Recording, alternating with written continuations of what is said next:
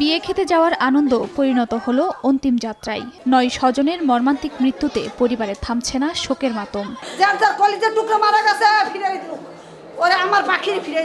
বরগুনার হলদিয়া থেকে মাইক্রোবাসে আমতলীর পৌর শহর এলাকায় বৌভাতের অনুষ্ঠানে যাচ্ছিলেন কনেপক্ষের 17 জন আত্মীয়। পথে চাওড়া ও হলদিয়া হাট সংযুক্ত সেতু পার হওয়ার সময় সেতুটি ভেঙে মাইক্রোবাসটি খালে পড়ে যায়।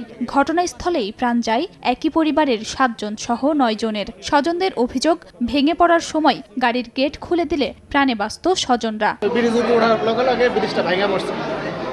আমি জানলা ভেঙে ওয়ারিংয়ে বেরিয়ে গেছি। জানলা ভাঙছে, ওই ফাঁকা দিয়ে বের হয়েছি আমি।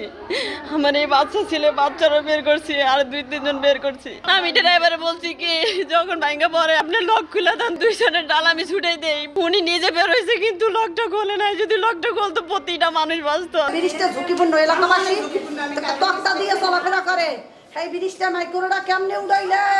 নগদের কাছে সব গ্রাহকই প্রিয়, তাই তো সারা দেশে ক্যাশ আউট চার্জ সবচেয়ে কম।